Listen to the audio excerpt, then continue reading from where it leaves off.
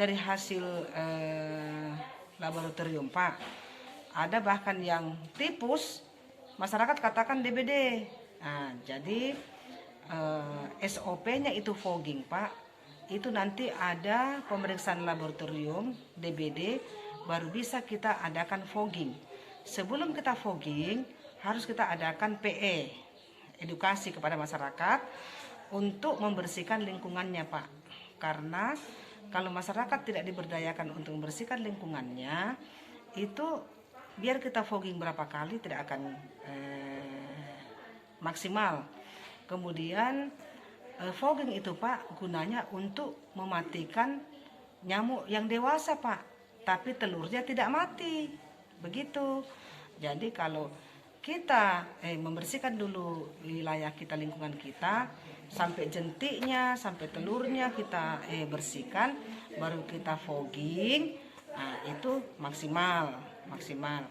Nah, kenapa sampai masyarakat terkena DBD? Itulah karena lingkungannya Pak ya, tidak mendukung, karena mungkin lupa untuk membersihkan ya. Karena itu nyamuk itu dia suka yang dibersih, mungkin di dispensernya tidak pernah dibersihkan, bisa hidup juga di situ. Contoh yang kecil itu Pak ya. Kemudian kaleng-kaleng itu semua. Jadi makanya itu harus ada 3M Pak, menguras, menutup, dan menimbun. Kemudian kenapa sampai terjadi kasus meninggal? Kemungkinan besar masyarakat ini waktu panas mereka hanya tahan-tahan ya. Nanti sudah kritis baru dibawa ke rumah sakit Pak. Nanti sampai di rumah sakit yang terjadi yang kita tidak inginkan. Jadi itulah, jadi kita menghimbau kepada masyarakat bahwa sekarang kan musim penghujan. Tahun lalu Pak, terus terang 2020 kasus DBD hanya 1 orang Pak, hanya 1 orang. Bahkan kami hanya fogging hanya 1 kali. Cuma ini terus terang kita digebuki sekarang dengan masa pandemi COVID, masa ada lagi demam berdarah. Jadi memang sekarang memang betul-betul kami dukung Pak Bupati mensuarakan semua masyarakat untuk membersihkan lingkungannya. Itu sangat 1000% sangat bagus sekali, membantu untuk dengan adanya kejadian demam berdarah, karena sangat menolong kami. Selama ini masyarakat kalau kita kita memberitahu untuk membersihkan lingkungannya agak-agak malas kan.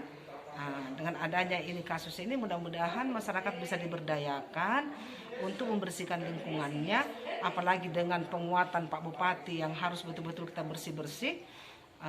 Kemungkinan besar ya ke depan pasti akan lebih baik. Kemudian kami sudah fogging Pak. Semua kasus-kasus yang ada di tempat itu kami sudah fogging. Dan kami nanti akan mengaktifkan kembali namanya jumantik. Jadi 1 rumah 1 jumantik. Artinya kenapa? 1 rumah harus melihat di rumahnya ada tidak jentik. Yang siapa yang mau kerjakan adalah rumah itu. Ketika masyarakat itu sudah mau ada motivasi untuk sebagai jumantik, artinya jumantik ini melihat di wilayah sendiri. Supaya kenapa? Dia bertanggung jawab dengan wilayahnya. Nah, ini mungkin kami akan adakan gerakan untuk mengedukasi masyarakat 1 rumah 1 jumantik. Kemudian fogging kami sudah lakukan, dan memang kita sangat bersedih hati, turut berduka cita dengan ada yang meninggal. Tapi itulah mungkin karena rencana Tuhan ya. Kami juga berupaya semua yang sudah terpapar DBD sesuai dengan hasil laboratorium kami sudah fogging Pak. Tidak ada yang tidak di fogging. Dan rencana kalau bukan ini lusa kita akan mengfogging yang daerah-daerah yang dianggap berisiko. Ya, walaupun tidak ada rekomendasi laboratorium positif. Supaya kenapa? Supaya masyarakat mungkin bisa tenang, mengatakan bahwa selama ini pemerintah tidak memperhatikan, padahal gerakan fogging kami itu sudah kami lakukan sesuai rekomendasi yang terpapar demam berdarah. Kalau yang kasus ini Bu, yang mana yang benar, 1 atau 2 yang meninggal? Yang 2 orang Pak. 2 orang ya? Iya, 2 orang. Yang 1 di Bolu, yang 1 Lipu, 1 Jalan Serang.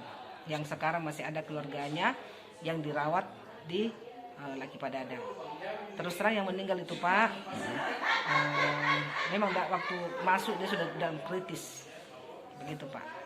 Dan saya sangat untung waktu itu langsung kita bawa ke Laki Padada. Tapi itulah rencana Tuhan yang terbaik kan? Iya.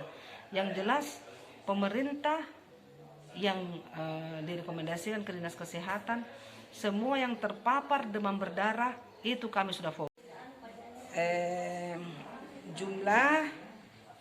Jumlah DBD itu Januari tidak ada kasus, Februari 1 kasus, Maret 1 kasus, April 5 kasus, Mei 19 kasus.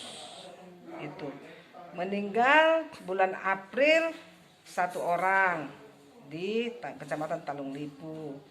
Kemudian 1 orang itu di Kecamatan Lopi juga itu ya. Kalau di Jalan Serang ya. Iya. Juni Pak 20 orang ini. Totalnya semua 46 kena DBD.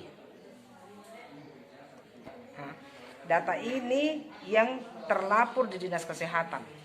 Kalau tidak terlapor di Dinas Kesehatan kami tidak bisa kasih data. Ya, gitu ya.